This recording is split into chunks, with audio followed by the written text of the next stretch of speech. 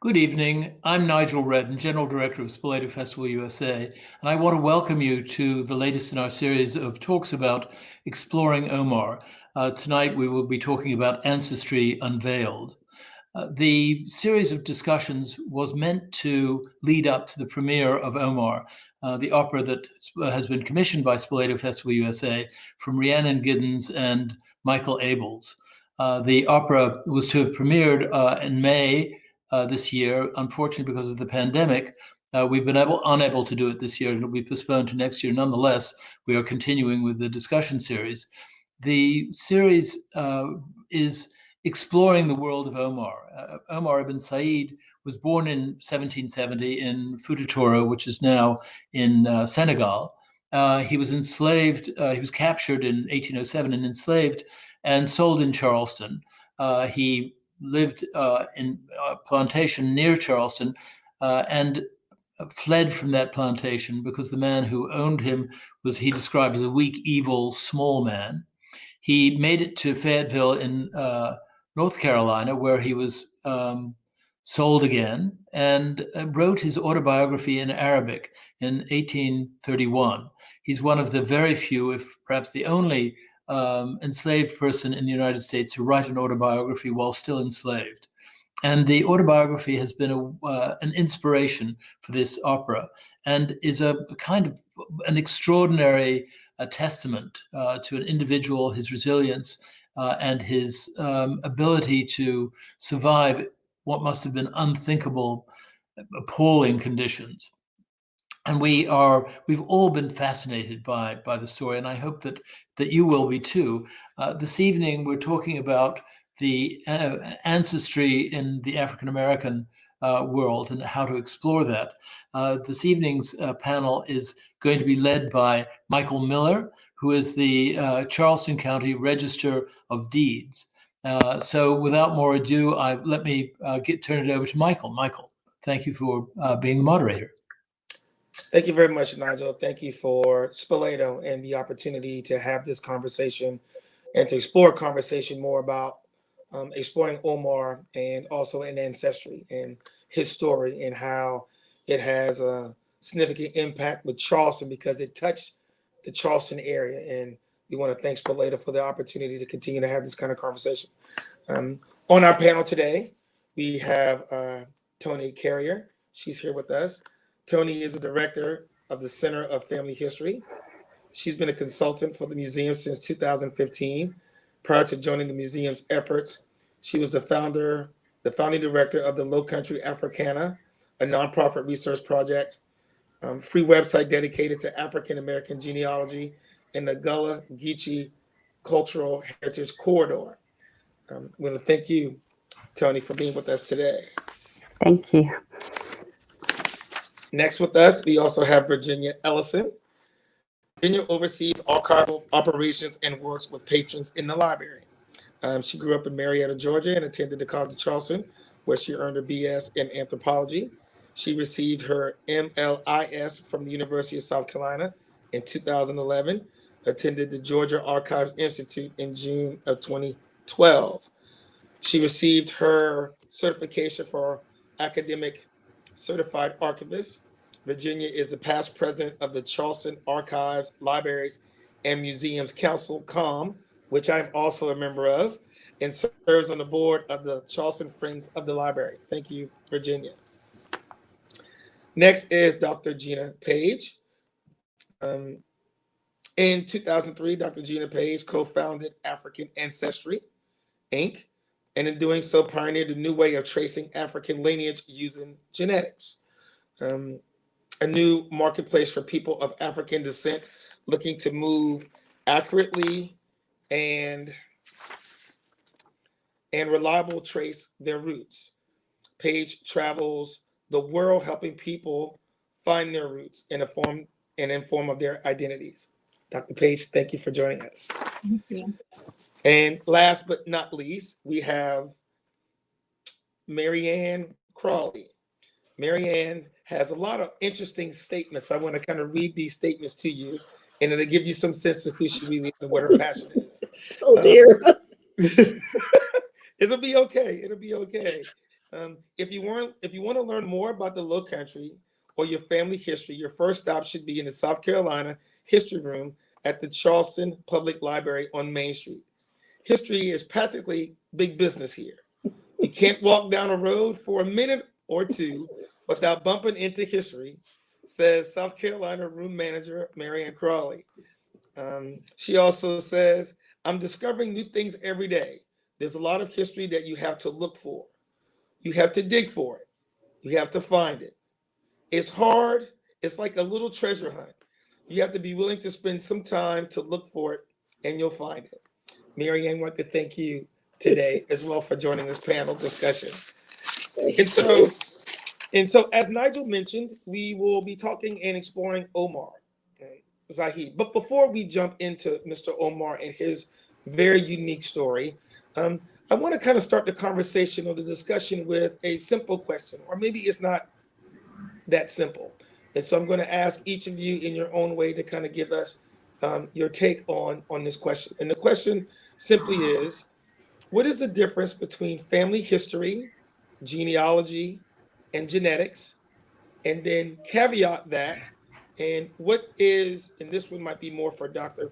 Paige, is also the difference or the similarities between 23andMe, Ancestry DNA, and African ancestry. So I would like if you don't mind, the answers to go in the orders in which I introduced you.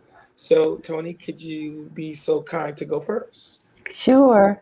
So genealogy is the study of the documentary record, which reveals our family history. And so genealogists study documents, they study oral histories, and we consult the many documentary resources for learning in the individual's family history.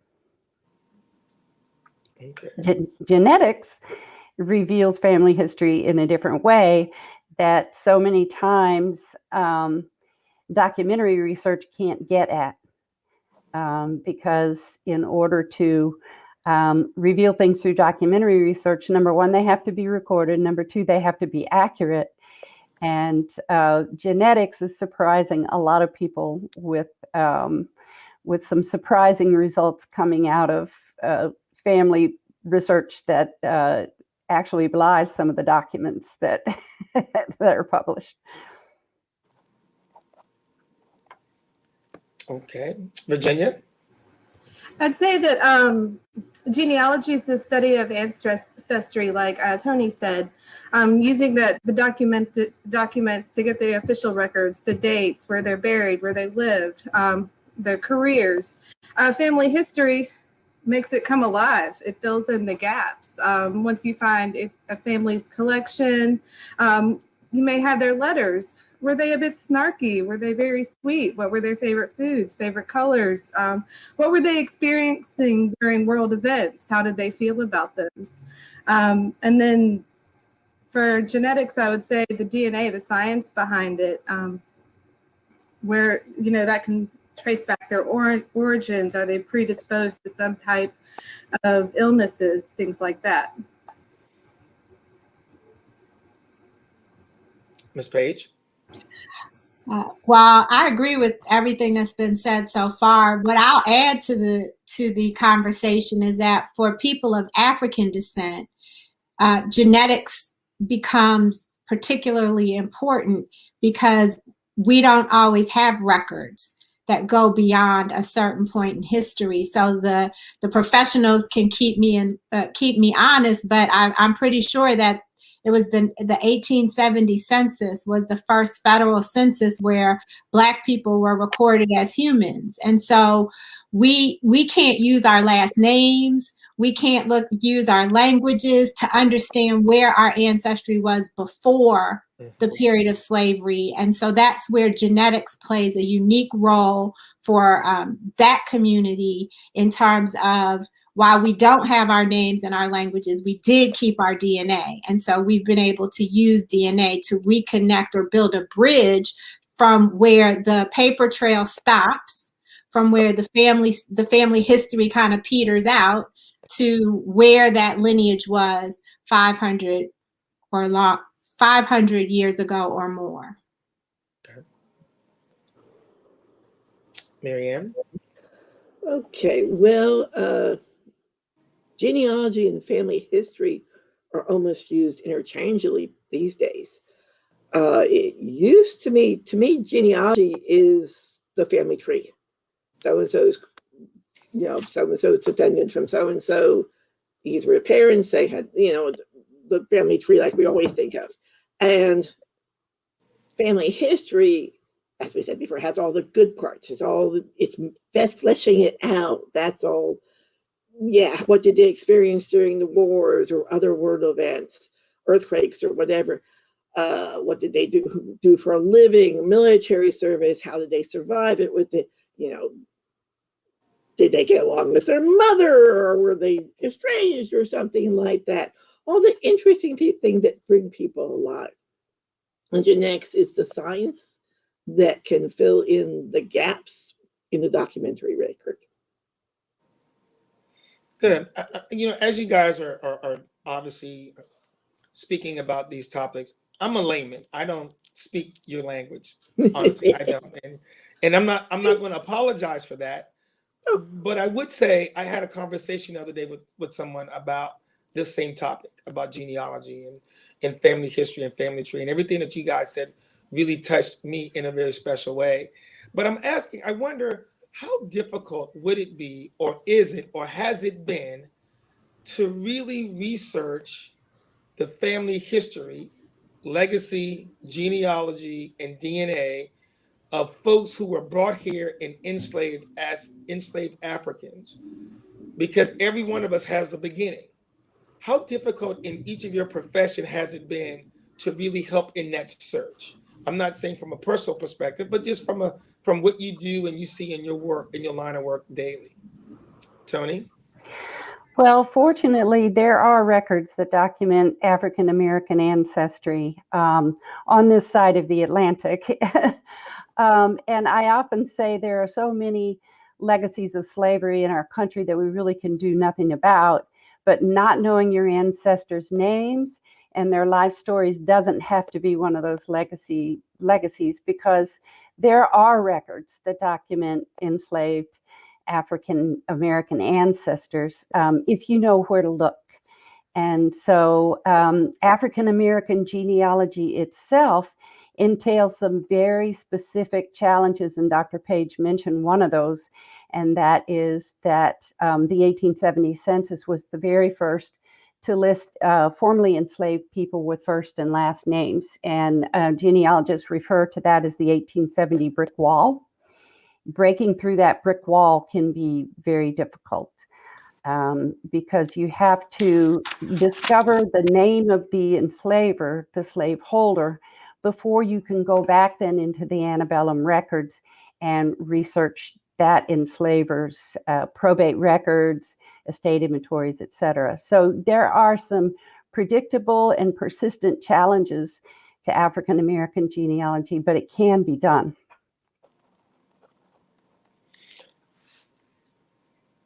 Okay, but before Virginia, you jump in, I just wanted to ask Toni a quick question. So prior to the 1870 census, Yes. how then difficult is it to trace enslaved African ancestry in North America? Well, here in South Carolina, there's a pretty robust set of records that were made between 1865 and 1870 that actually will help you bridge the gap. And they may provide clues as to the identity of the enslaver. And therefore, then you can go and search the records of the enslaving family to see if your ancestor is mentioned in those. Many states in the United States also have records that were made between that period. So if we don't skip over the Reconstruction era records and we analyze them carefully, a lot of times the clues that we need in order to go back into the antebellum times are contained in those records. So here in South Carolina, there was an 1869 state census. There were 1868 voter registration records. There were 1869 militia enrollments. There were Freedmen's Bureau records. and Freedmen's Bank records that often had just come out and revealed the name of the enslaver. Okay. Dr. Paige, I want to get you in here real quick. What are your thoughts? Well, I would add that a couple of things, and I appreciate what you just shared, Toni. But what I have found in 18 years of running AfricanAncestry.com is that people want a connection to the beginning, as you called it, Michael. We all live with, work with, go to school with people who in casual conversation can say, oh yeah, my family is from Ireland, or my people come from France, or whatever it is, right? And when you are a person of African descent in that conversation, you don't have an answer. And that is demoralizing. And negatively impacts the psyche in different ways. And so the question that we find people are asking is, where in Africa do I come from? And so I suppose if you can get through the, get through to the enslaver's family information and his business records, you could identify perhaps where the ships were from. But what really forms identity and the identity of people of African descent is that African connection. And so DNA allows us to be able to make that connection. So again, it's just a building, right? Genealogy gets you to a certain place. Family history gets you to a certain point. And then African ancestry, as in relation to the others companies, can take you to the present day African country and ethnic group. So we can say you share ancestry with the Mandinka people in Senegal, or the Wolof people in Senegal, or the Fulani people in Senegal. And that gives you a connection to traditions and values and cultural practices and beliefs that help shape and inform how you view yourself.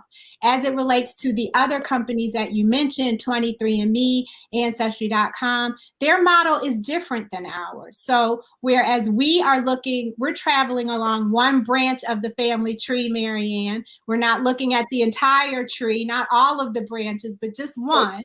Our colleagues in the industry, they look at your entire genetic family tree and then break down your ancestry into percentages of where all of those people may have come from around the world. And the key differences are that the sample of African data points that they use as a reference is significantly, exponentially smaller than the sample of African data points that AfricanAncestry.com uses. And so we give different information, and it's because we have different data sets.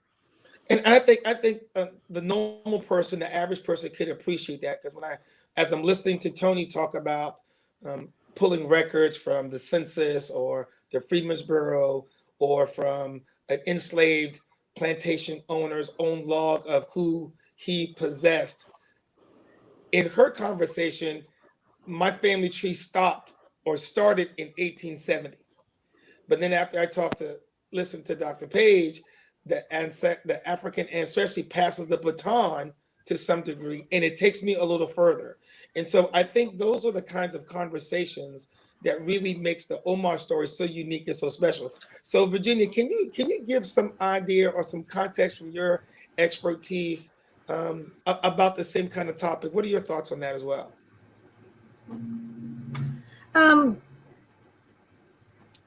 As I mentioned earlier, African American genealogy is difficult. And at the South Carolina Historical Society, our collection is prominently the rich white man of South Carolina. Mm-hmm. We hold their business records, their estate records.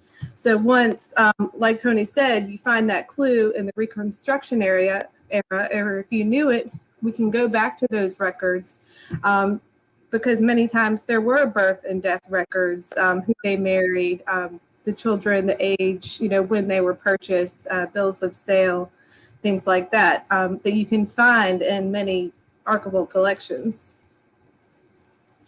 You kind of have to look for patterns. I mean, it's not as simple as looking for a first name and last name. Different spellings, you have to pay attention to the date ranges. and all the whole context so that you get it correctly. Marianne, jump in for me. What are your thoughts? Well, Toni is right. The first thing you do is start looking at those Reconstruction post-Civil War documents, records, like the U.S. Southern Claims Commission, like the Freeman Bank records, like the field office records for the Freeman Bureau, other sources, and you look for those clues, that one little clue that's going to try and get you back to the last slaveholder. And then you start researching those kind of records, like the Freeman Bank records. These are information that New Freemans provided to this bank, which was a federal institution, about information about themselves when they opened this bank account. It's things like where were you born, where were you raised, who was your father, who was your mother, are they living and dead, who are your wife, or your children's names, are they living and dead. Ask for siblings, all this sort of stuff. What's your occupation? So if you're looking and it says something like, I was raised on Old Man Johnson's place on James Island, that gives you that clue to go looking for who's Old Man Johnson on James Island, and that might get you that connection you need. Also, a good trick I found really useful is if you're looking for enslaved people, if you're trying to find information or records pertaining to enslaved people, find out what were the laws regarding slavery in that area, because that may lead you to a whole record set. Like, for instance, in, I think, North Carolina and Georgia, and maybe in other southern states, if you brought slaves from, say I brought a group of enslaved people from South Carolina into Georgia, a county in Georgia, I had to record information about each individual slave at the local county courthouse. So there's a record with names and ages and all this sort of information about them. And those are the kind of things you've got to look for. So knowing the laws regarding slavery at the time can lead you to different clues. So it's almost like playing detective sometimes. And you've got to look, and the more you do it, the more you know, and there's things like that. And there's always going to be somebody around who can say, hey, have you thought about that thought? Have you checked there? Have you looked there? I always say it's a little like a treasure hunt sometimes. Well, Marianne, you bring up a very good point about you must look for it to find it. And sometimes it may not be easy to find. And I can speak from my own personal experiences growing up in South Carolina. I was taught to believe that my ancestry started with slavery. And so to Dr. Paige's point, it's not just about being able to say who you are, but it's to say whose you are. And where did you come from, right? Are you ancestors of only enslaved folks? Or are you ancestors of folks who came here from another land who had a family and a language and a dialect and a diet and a history? And so the family tree genealogy dynamic paradigm is truly impactful. And obviously, as I got older, I started to understand and was taught that life for enslaved Africans started before slavery, right? And so that's another reason why I think that Exploring Omar's story is just so unique, because it's so contrary to what I've always been taught. We've always been taught that folks who were enslaved didn't have a soul, couldn't read, couldn't write, were unintelligent, were animalistic, and all these things that made them not human. But Mr. Omar, Mr. Precious Omar, really pushed against that narrative altogether. His story really tells us that, you know what, folks were really educated in Africa. They could read and write and speak a language that folks in the new land maybe did not know. So I want to ask each of you individually, but personally, how did you feel when you first heard about his story? What was some of the first thoughts that came to your mind when you read or saw the video about Mr. Omar? We'll start with you, Toni. It was just incredible to read his narrative. It's so remarkable and so rare. As Nigel said, it's possibly the only narrative of an enslaved person who wrote his life story when he was enslaved. And the remarkable things that happened to him. And right away, as a genealogist, as I'm reading his story, I'm thinking, where might this be documented? So, as Virginia and Marianne mentioned, there's been some work that they have done going into researching the person who held him in bondage in Charleston, who put him to work in the fields, which of course he was not suited for. But there were other details from his narrative too that made me wonder, is this documented somewhere? For instance, when he escaped to Fayetteville, he was captured by a slave patrol and he was taken to the Cumberland County Jail. I went to the newspapers right away to see if I could find a jailer's notice, because when enslaved people who had run away were brought to the jailer posted a notice in the paper, and he would post a description of the person. If the person was forthcoming with their name and who their enslaver was, they would post that in the paper. Unfortunately, I was not successful at finding, but I'm sure there's one out there. And so to me, it was just an amazing, amazing narrative. It had a very spiritual feel to me. And I was really eager to take those details that he shared and possibly come up with a document that, would cast further light on his life. Thank you so much for that, Virginia. Mm-hmm. I wasn't familiar with this story when Nigel Redden contacted me several years ago about, a possible clue in one of our collections. And, I had to do a little research to find out his story, find out who he was, and then, reading that he was able to record his own narrative and in Arabic. I mean, it's just fascinating on many different levels. And I still, this is one of those things as a librarian or archivist, you want to do the research yourself, but you also have thousands of other research inquiries too. So it is fun to help point people in the right direction to look for materials. But it was just really fascinating, and it humanizes it. You see, you don't get to read slave narratives very often, and so there is a humanizing aspect of it where it kind of brings history to life. Dr. Paige? Thank you so much for asking this question, because I was just like, oh my goodness. So there's so many things. And as everyone was talking, I was like, okay, Gina, cut down your number of things. But the very first thing I thought, Michael, was a scholar was stolen from Africa. Wow. A scholar, to your point, not some heathen, a scholar, which means that that is proof that not only were scholars taken, but educators were taken, business people were taken, people from the that meted out justice were taken. And so that was very empowering for me as an example to people who don't know otherwise. The other thing I'll say that two other things. The other thing was when he was taken from, when he was freed or being released from that prison or that jail, I understand that he had the option. He was given the option to go to South Carolina or to stay in North Carolina.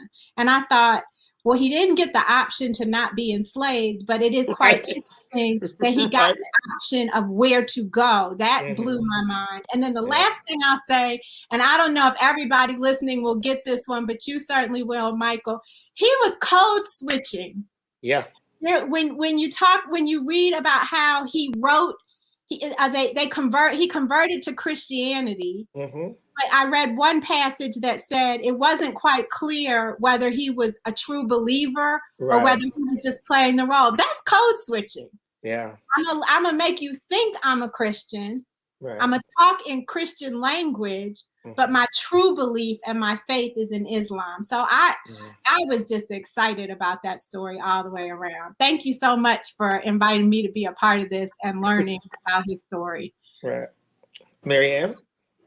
I had similar feelings to Dr. Paige when I read that little passage about how he doesn't quite say he converted to Christianity. You know, he's kind of nicely, carefully ambiguous about that. It was great. I had heard about Omar years and years ago when someone came into the room and asked about enslaved Muslims, Africans in this country. And Omar was, of course, the first name that came up. I didn't read the translation of the autobiography until this program was proposed. And my first thought was, this was, wonderful and interesting and fascinating, and reading between the lines of what he's not saying and all this sort of stuff was wonderful. And I also thought, as a librarian, sometimes the value of literature, and I would include nonfiction in that too, is it gives us that chance to walk in somebody else's shoes for a little time, to see through somebody else's eyes for a time, and to gain more. This new viewpoint brings added knowledge and understanding and comprehension, and just broadens your whole viewpoint a bit. And so that, so I was just, I really enjoyed that. That was so fascinating. Yes. When I was first introduced to his story, Dr. Paige, I'm going to elaborate and explain the code switching phrase for our listeners. But before I do that, when I first heard of his story, the first thing I said to myself was, I knew it. I knew it. I knew people of Africa were intelligent. I knew it. There was no way possible that you had a continent full of people who had no value at all, other than to provide free labor. Nobody could ever tell me that. Now, initially growing up as a child, that's what I was taught to believe. I was taught to believe that my history started with slavery, and that was it. We were nothing more prior to the 1870 census. But hearing his story proved to me that, to Dr. Paige's point, that there were people of educated folk in Africa who were their natural resources, because, ladies and gentlemen, we are the natural resources of where we live, right? We could call it oil, and it could be gas and diamonds and pearls. Yes, and that's true. But human capital is a natural resource, because we make our city, our state, our country better daily. And so if each of you were to leave where you live and go to another country, this country would be less than, because you are no longer there. And so, to Dr. Paige's point, him being stolen from his homeland and brought to another place did not make where he left better, because he may have had family. We know he had a mother and a father. If we don't know anything else, we know that to be true. And so I automatically felt a sense of pride, automatically. And to Dr. Paige's point about code switching is a term that African Americans use when we have to coexist in multiple universes, right? There's a business language and there's a personal language. There's a language that I use when I'm with my family and my friends, and I'm not talking about profanity in so many words, but just the way we speak and we communicate, that I do not use when I'm at work or if I'm in a professional environment. And so Omar, because he was an older gentleman, he understood the first law of man, which is self-preservation, if he understood nothing else, right? And so I wonder now, since he has become part of our conversation and a part of our narrative, how then do we use, if it's even possible, to use the resources that the four of you ladies represent to track him, right? Or to track those like him before he was brought here, right? How is that? How do we do that? Is it even possible, Toni, for us to use what we currently have and what you do on a daily basis to track down the other Omars of the enslaved Middle Passage? How do we do that, Toni? Can you help us with that? Sure. Well, there must be records in Senegal that would shed light on this. And I know that the Post and Courier has actually made some trips, or maybe on a trip now even, to look for those records.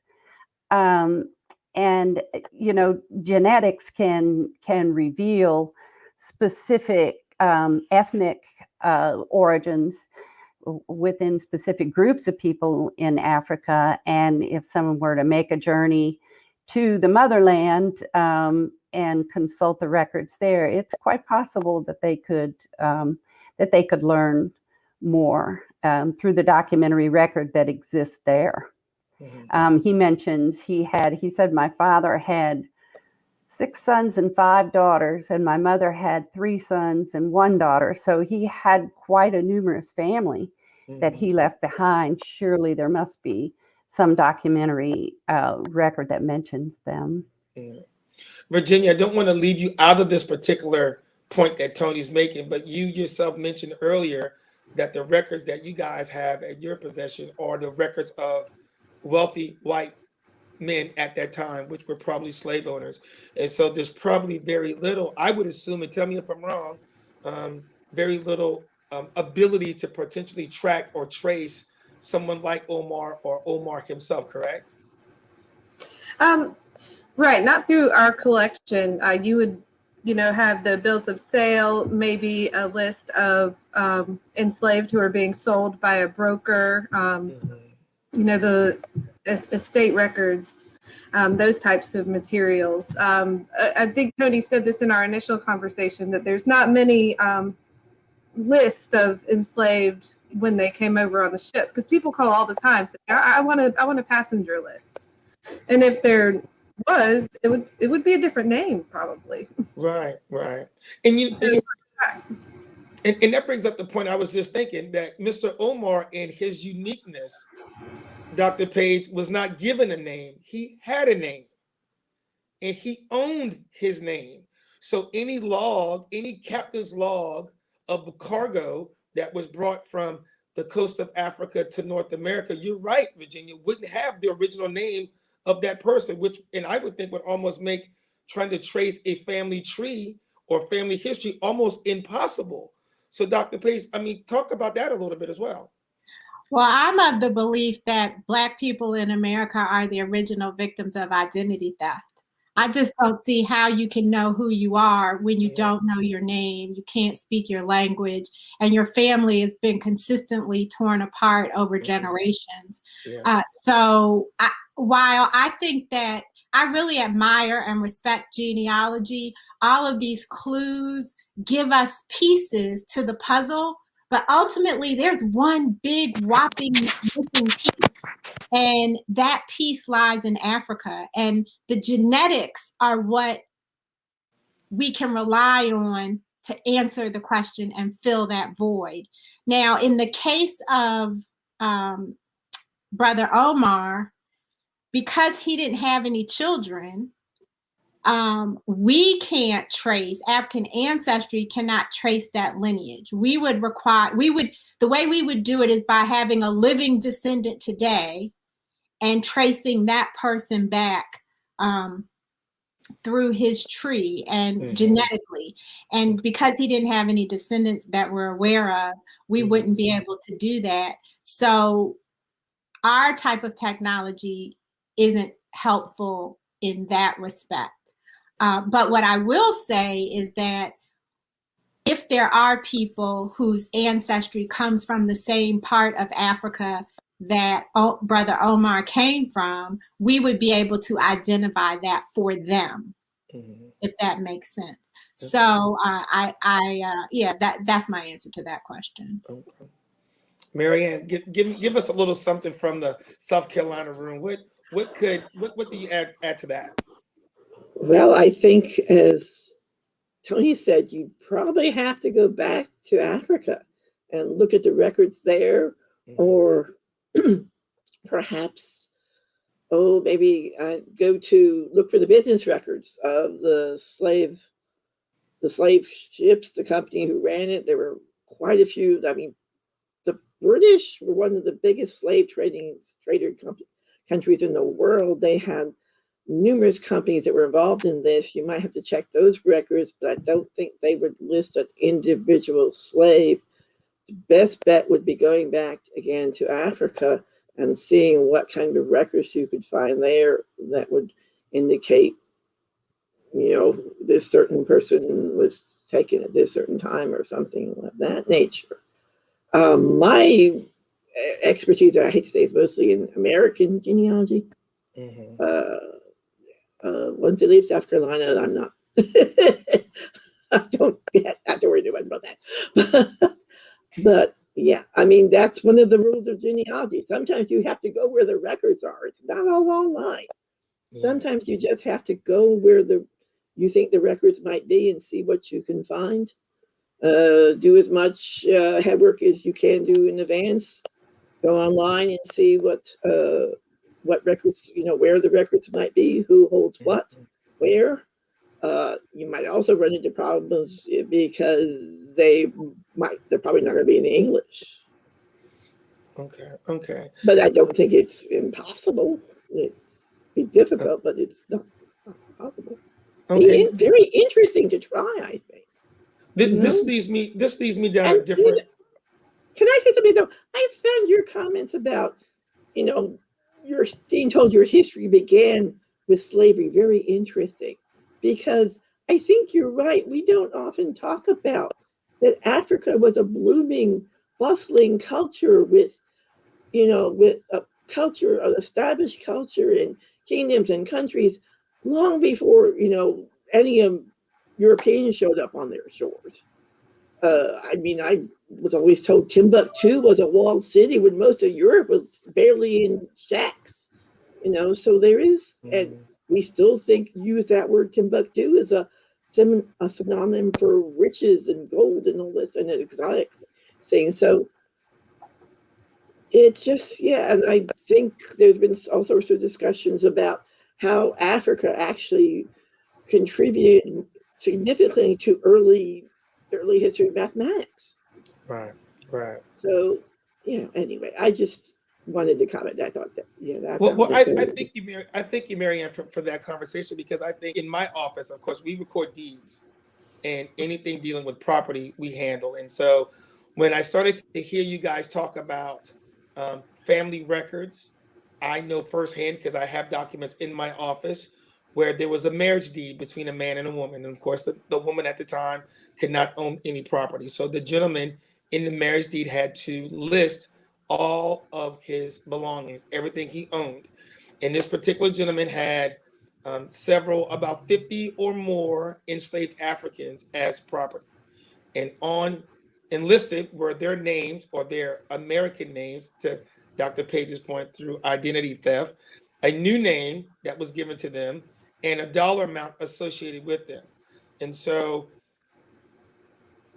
tracing history for enslaved Africans like Omar and himself, how good were the records of slave owners, plantation owners, or anyone who could own property? How good were their records in an attempt to help trace, if I wanted to trace my own family history in doing that? So in you guys' professions, what type of records did they really hold themselves? Toni? Well, the South Carolina Historical Society and College of Charleston Special Collections have an absolute wonderland of plantation records and the records of slaveholding families. Some records are more complete than others. Some records are fragmentary and not the entire run of family papers survives. But some families, such as the Ball family, the Ravenel family, the Gordines, there were some enslavers in Charleston who kept very detailed records. And in the Ball family records, they listed every enslaved household by relationship every March, and you can follow that through starting in the 1720s and going all the way up, even beyond emancipation. You'll find enslaved people who you can connect in the Ball family records from Reconstruction all the way back to people who were born in this, who lived in the 1720s. So some records are better than others. Not all the records are preserved in archives, but the South Carolina Historical Society and College of Charleston Special Collections have an awful lot of the ones that are, and they can really be a rich resource. Gotcha. Virginia, help us out on your end. What does it look like on your side? Well, a lot of what Toni said, it depends on the plantation owner. There's many different factors. Did this person keep good records? Were they organized like the Ball family? Did they, do an inventory every March? Did the papers survive? Someone was recently researching another family in South Carolina, and they wanted to know about estate records. And I was able to go through a little bit we had a small collection, but what the collection told me was at one time there was a barrel in the old kitchen house on the property full of all the family papers. And when they went out there in the 40s or 50s to get the papers, because someone wanted to look at their family history, they had all disintegrated because it's hot and humid in Charleston, and they were in a barrel outside. So it definitely, there's many factors that lead to surviving papers. And Toni mentioned the Ball family. We have tens of thousands of records of the Ball family, and there's more to be had from that family, which is amazing. One of the things that we have is a list from 1756, like Toni mentioned, that lists 6 enslaved children being sold to Elias Ball of Berkeley County. And it shows Priscilla, spelled Priscillo, at age 10 years old. And I think, Toni, you were part of the team that traced the genealogy of the Ball family descendants back to Priscilla. And then we do have records, like you said, up to Reconstruction with her great-great-grandson. And he discusses being freed on Limerick Plantation in Berkeley County in 1865. There's many factors that go into the records. Unfortunately, some survived, some didn't. You look at Colleton County, their courthouse burned. So many of the records of Colleton County don't exist. Yeah. Dr. Paige? So if I haven't made it clear yet, I come at this from a completely different angle. Right. And so I'm listening to the researchers, and as a Black woman, I'm thinking, what is the benefit to me of learning that seeing an ancestor on a white slave owner's rolls? And I'm struggling with the value of that. And I'm reminded of people who talk about they just want to do the DNA because the in-between is too painful. And this conversation reminds me of that. But I do think that there are two valuable points that I can see in getting back to those roles and our expression of identity as property. One is you get family names. So you at least know, okay, I had a great, great, great named this. And perhaps there are people in the family today who have retained that naming. And so there's some value in that. But what I really want people who look like me listening to this to take away from this is you see the value of your ancestor as an asset. Those roles, those deeds show you our financial value and where that is placed in the system of slavery, which was a highly profitable business. And so I want to encourage people to think about it like that. If you look at the present value of that dollar value back then of your enslaved ancestor, that can give you some way, a framework for looking at the value that your ancestry has contributed to the building and the creation of the United States. Marianne? Again, I want to echo what Dr. Paige says. One of the first things you usually tell people who are beginning genealogy research is talk to your relatives. And if they're, and if they're older generations of relatives, talk to them as well. I always tell people, though, be aware that not everybody's going to want to talk to you. Because for a lot of people, and this is especially true for African Americans, the past was not a good place and they don't want to revisit it. Yeah. And you respect that and you move on.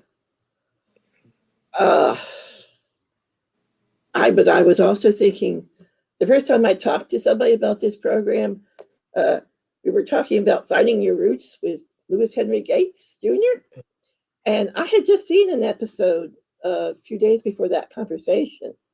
And one of the things they had, one of the African American guests was told some, revelation about his family or some fact, some story about his family he did not know until that point. And he said something to the effect of, that which was erased is no longer erased. And that's, to me, part of the thing. For a lot of marginalized or communities, they've been stuck in the shadows. And knowing your family history does give you a chance to pay tribute to these people or recognize them, recognize their humanity. And a lot of these people had to be one heck of a survivor to get that far. Yeah. But as to what kind of records we have in the South Carolina room that people can use to research ancestries, enslaved ancestors, or what kind of records would survive, it's going to vary. Plantations were private business, personal private business, and some records, business records survive and some don't. Also, not every slaveholder was a large plantation keeper. There were also sometimes you might only find, they might only have one or two enslaved persons. Small farmer may only have one or something like that. The circumstances are going to vary. It's going to be based, as we've heard before, were they good record keepers? Did it survive? I mean, even for the part of Charleston itself, for the white thing, there are only port records for 1800 to 1829 survived. So, records, not everything made it to this time. Yeah. But it doesn't mean you can't look. You look, you find out. The more you learn, the more you know. If you think, this is, and it's only true for African Americans. For a lot of people, the past was not a good place. And I usually do warn African American people, a lot of what you're going to find, a lot of what you're going to see, history is very rarely pretty. Yeah. It's going to be, so be prepared. Yeah. But that doesn't mean I don't think the search is worth it or that I can't bring more people. Every person I've ever talked to who's done genealogy has told me over and over again that learning their family history gave them a richer, a fuller sense of their own identity, who they are, and where they're going on. And every time I say that word, I was doing a program on African American genealogy once, and I'm saying these words, and there's an older African American gentleman in the front row, and he's nodding his head vigorously in agreement with me. Yeah. So, okay.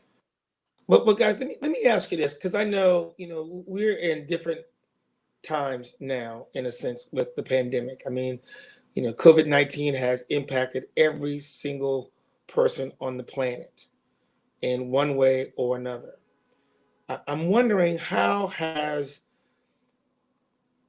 COVID-19 impacted your specialties and your field of work in any way? And hopefully you guys can share exactly if it has an impact and if it has, to what degree. So we'll start with Toni. How has COVID impacted your work and your line of work and what you do? It certainly has limited where we can go for research. It has limited us to online research, basically. It's kept us from going to archives. It's kept us from going to courthouses. And although an awful lot of records are digitized for genealogy, the vast majority of them are not. The vast majority are in courthouses strung across the United States. And so, but we haven't been able to go down to the South Carolina room, for instance, although they've been open, but just that limited mobility of COVID and taking the risks, the personal risks that would be entailed to go out and go into a public place has just severely limited us. So we've been entirely online. Okay. Virginia, and yourself? I'm trying to think of how hasn't it been impacted in so many different ways.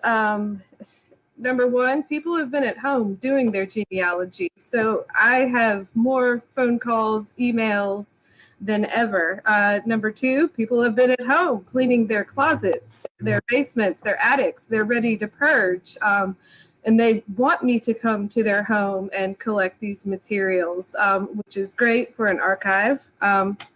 Three, the Historical Society is a nonprofit. Not a great time to be a nonprofit during a pandemic. But it's been wonderful that everyone's doing their research, because it really validates why we are here. Like Toni said, not everything is digitized. Less than 1% of our collection is digitized. And I don't say that's just a little bit. It's because our collection's always growing every week, and I can't keep up.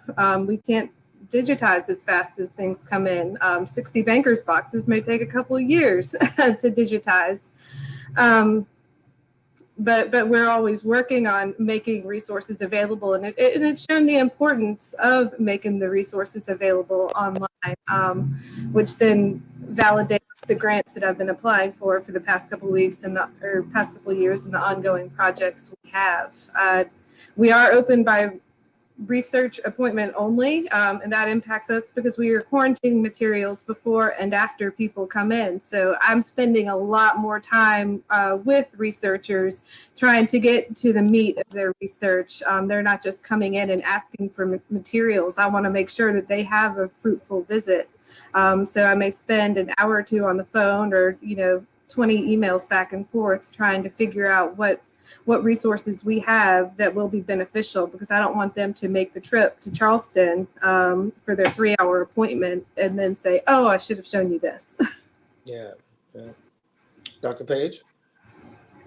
We're seeing a situation quite like Virginia described, with families focusing on family and focusing on family history and focusing on legacy. And so that has actually worked in our favor in terms of them wanting to know more about where they come from based on their genetics.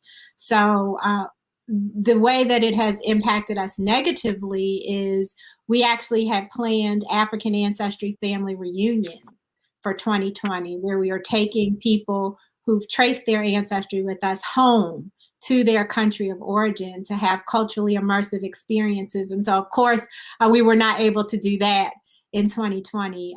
But in terms of interest, I think that time forced people to look at who they are, who they come from, and who they want to be. And genealogy and genetic ancestry tracing are natural tools for them to use in that exploration.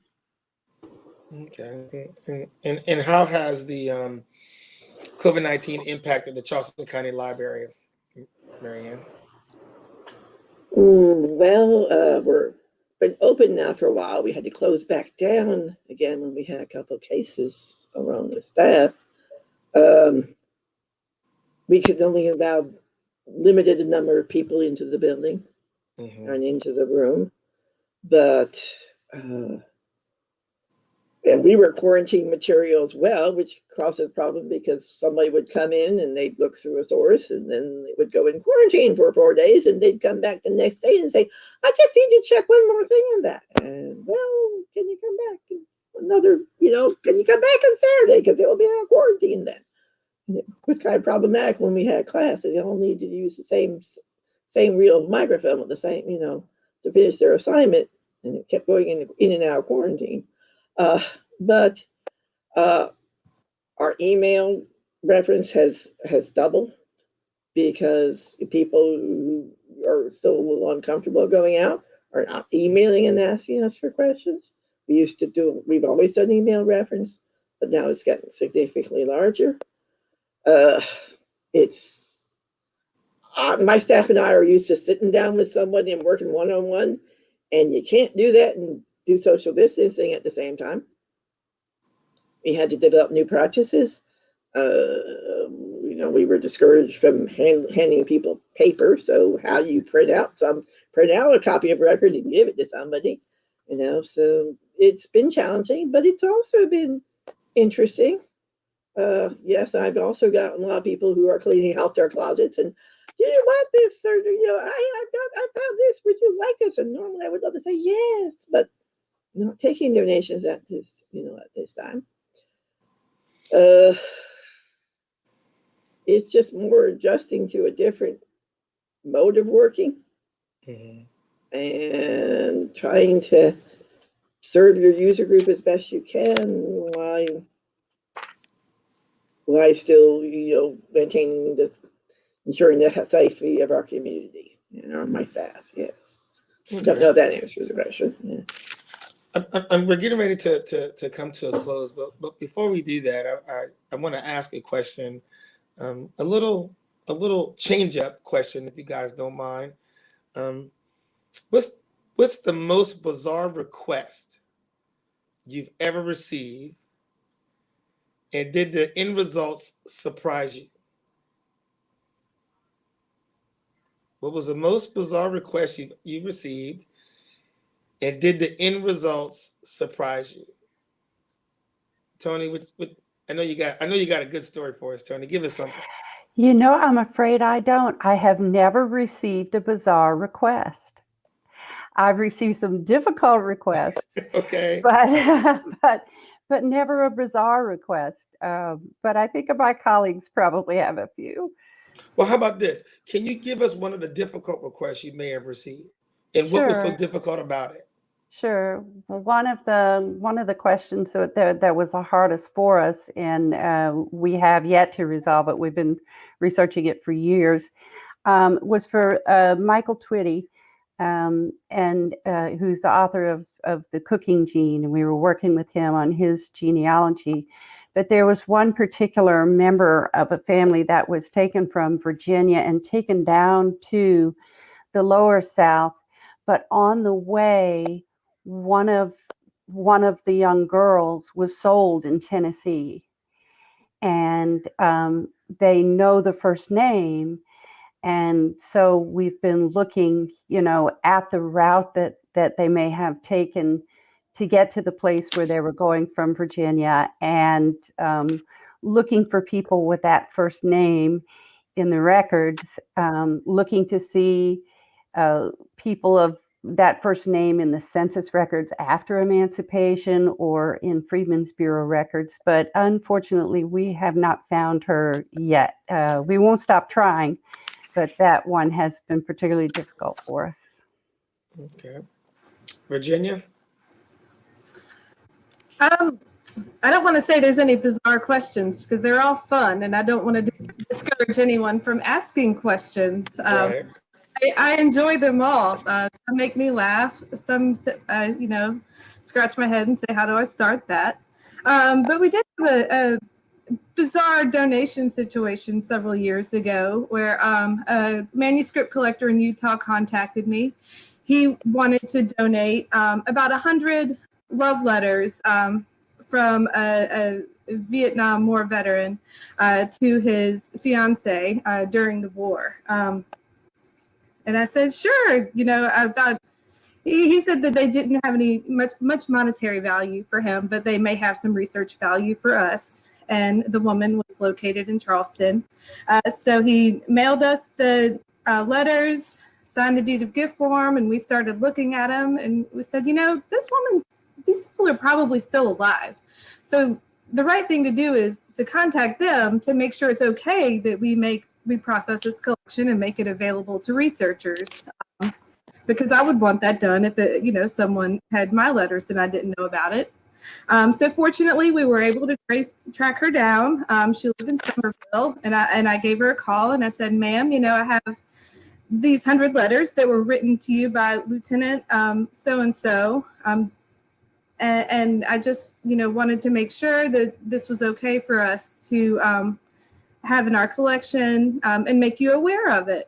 And she said, "I never received any letters from him." So I went up to Somerville, brought her the letters so she could review them, and she never received this 100 love letters, and that's all they were, is love letters. They didn't discuss anything about the war, day-to-day life. I mean, just expressing love, how much he missed her, how excited he was to see her again when he came home. Apparently, her mother didn't approve of the engagement and hid them.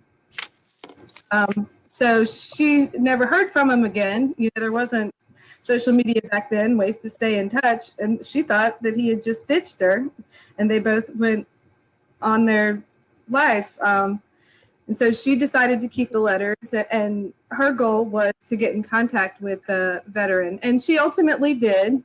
She wanted to apologize and say, "Hey, I never received these letters. I'm very sorry that things happened the way they were, or the way they did." And he forgave her because it wasn't her fault. I mean, I was hoping for a reunion. They were going to get married, but he was happily married to someone else at that time. But it was just an interesting saga that went on for several months to follow. Oh, wow. Okay, love letters. Gotta love those, right? Mm-hmm. Letters from the heart. Dr. Paige, what do you have? Mine is not a request, but when we trace ancestry, we don't always find African results, which shouldn't be a surprise, at least not to anyone on this panel. And so when we trace paternal lineages, 35% of the time, they trace back to a European man and not an African man. And people generally are upset when the results come back European, because they want to find out where in Africa they're from. So one woman called and she was upset because her paternal result had come back African. And that just blew my mind. Everybody wants to be African. Why are you upset? Well, she had been doing genealogy on this lineage for 20 years. And all of the genealogy research said that it went back to one of the white slave owners. And so what our result told her, she had a cousin take the test. What that told her was either her 20 years of research were wrong, or the cousin wasn't really a cousin on that line, because his result went back to a different place than what her research said. And so she chose not to share the information with the family because she didn't want to start any family upset the family with saying somebody's not really a cousin. That's the only time I've had someone complain about an African result. Okay. Marianne, what bizarre question have you ever had? Oh, I've had lots of bizarre questions. I've been working in public libraries for over 30 years. I've heard lots of unusual questions. I don't want to go into any kind of specifics, so protect my patrons' privacies. I have had, let's see, there was a person who had a old poem that mentioned an enslaved person and he wanted us to find who this particular enslaved person, but all there was a name. There was no where, what, or who this was. It was just a name. And there probably were hundreds and hundreds of enslaved men with that particular name. And hard to go anywhere when you haven't got any clues at all. I've also had one guy who insisted that he was descended from a well-known historic personage, and he was a direct descendant, but that particular person, that particular sort of figure had no children, either legitimate or illegitimate. And most scholars believe that person could not have children due to a childhood illness. And you can't be a direct descendant of someone whose line basically ended with him. And trying to have that delicate discussion about, well, this is a great family story, but, maybe how you might want to, but he didn't want to hear that. But anyway, so yeah, there have been some challenges over the years. Gotcha. Mhm. So I want to personalize our conversation as we come to an end. I will admit that I am very green in the expertise that all four of you guys represent. Although I might be in the preserving document industry, it is vastly different than what you ladies do. So me being somebody who has very little or almost no information on how to trace my family history, my genealogy, my family tree. If I were born in South Carolina, because I'm not, I was born in New York City. However, my father, who's from New York, born and raised, his father was born on King Street. And my mother is from Charleston.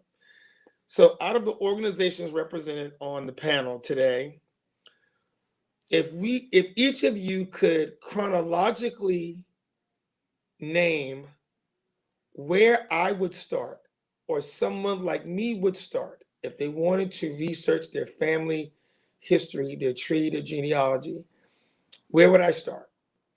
Of the four of you that are on the panel in your organizations, where would I start? First, second, third, and fourth. And we'll start with Toni. So where do I start, Toni? Where do I end? Well, the first thing you want to do is record what you know about your family. And so that's the very first step. And what you will want to do is get a blank family generation chart and begin filling in the details that you know. And then it's time to go and find the important papers box in your home. And then after that, find out who in your family keeps more of your family's important records. So every family just about has someone who keeps the funeral programs. And so this is one of the early tips that we give people is if you can find the person in your family who keeps the funeral programs, you will gain a world of knowledge about each person's life who's in the funeral program. It has an obituary. It lists people who survived them, which means that a lot of times you're going to see the names of females who married, and you may not have known their married name. It has details about their life, the organizations they belong to. And so that's the first step. You want to record what you know and ask every member of your family if they have documents that reveal some of the other items that you will need to list in your chart. And from there, you're going to want to gather your family's oral history. And so we suggest that you interview every family member who will sit still for it. And the reason for that is different family members have different recollections about your family. My sister and I, sometimes my sister will bring up something and she'll say, remember that? And I'm like, no, I don't remember that at all. So it's best to interview everybody in your family who will sit still for it. And so that's going to help you gather everything that you know. After that, then you're ready to start thinking about what you want to know and where to go to find the records that will answer those questions. Dr. Virginia, you agree with that? Is there anything she may have left out or omitted in my search to find who I am and where I come from and whose I am? No, she's where I send people to get started to her websites, Lowcountry Africana and the Center for Family History. Because I mean, it's hard to start off in our collections because we don't have all of the information. And you said you start off with your family, contact your family members, get the dates, get the obituaries, the funeral notes, things like that. And then you use a manuscript collection to fill in the gap. I mean, it's very rare that someone comes in here and it's like, I would like to see this genealogy chart, maybe on the Ravenel family. And then boom, done. There's your family history. That doesn't happen for most people. And I what I was kind of thinking while she was talking, I was like, I guess you could start or finish with African ancestry. That could lead you in the right direction of your research, or it could validate your research at the end and say, this all kind of lines up together. Right. Okay. Where do I start? Where do I end? Well said. I thank you, Virginia, for that pass. You passed it to me. I would say that based on Toni's last statement was think about what you want to know.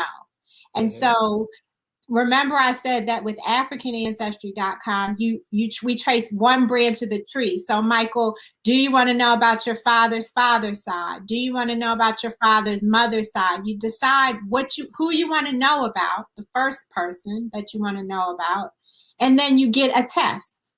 And you take the test and have the person take the test that will give you the answer for that lineage. And so African ancestry is kind of the piece de resistance, if you will, in terms of helping you to validate perhaps what you've learned or learn something completely new and unexpected about who you are.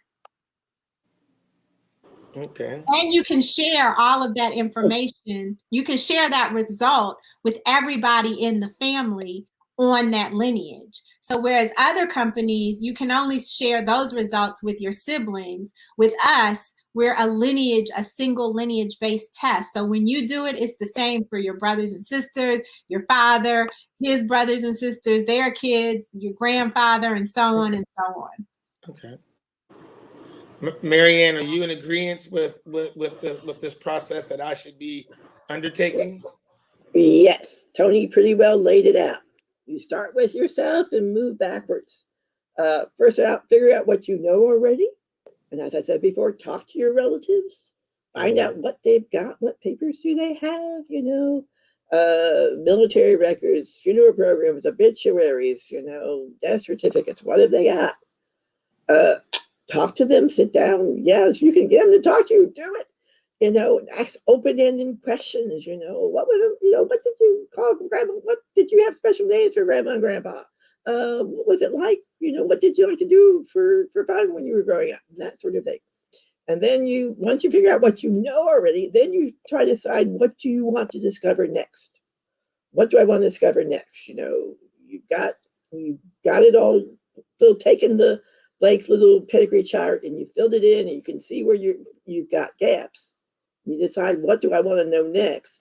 And then you start thinking, well, where am I likely to find that information? Whether it's with Toni, or with me, or at the Historical Society, or at the Family History Center, whenever they reopen. You figure out where it is, then once you've got the record, you look at it and examine it, see what you can learn from it, and see if you need to make any readjustments to your thinking after you've examined it and see what it has to tell you. And look at the whole record, just not part of it. And then you basically start all over again. Then you figure out what do I want to discover next. South Carolina, I may be biased, but I think the South Carolina room is a great place to start researching your family tree. We're very accessible. Anybody can walk in and we'll be happy to help you. I've got a great staff and we have some excellent resources. And, I think we're a good starting point. Sounds good. I can always say that I have always thought about, I've always had this nugget in my mind about tracing my family history on, as Dr. Paige was talking, my mother's family, my grandmother on my mother's side is from Yamasee, South Carolina. Ah, She was a Yamasee Indian, and oh, yes. the family tree on that side goes back to the early 1600s. We have a family grave site in Yamasee, South Carolina, where only my families are buried. And on that side, we could take it back just that far to the early 1600s. On my mother's father's side, not so much. But each of you have given me an opportunity to kind of start this conversation with my family. And I want to start with my mommy because she is one of the ones that Toni mentioned, kind of collects that data from the family. And so I'm sure, and I hope that all of our viewers that are listening have been enriched by our conversation. I'd like to thank Spoleto for introducing or reintroducing, I might say, Mr. Omar to our lives. And I want to thank each of you for your expertise and your time to share with us today in our conversation moving forward, not just about Omar, but about Omar and about his significance and his importance and the relevance of his story. And I also want to remind people to tune in next month for the final discussion on this series. So to Toni, Virginia, Gina, and Marianne, I'm Michael Miller. Ladies and gentlemen, thank you so much for tuning in. And you guys have a good night. Thank you again. Thank you. Thank you. Whew.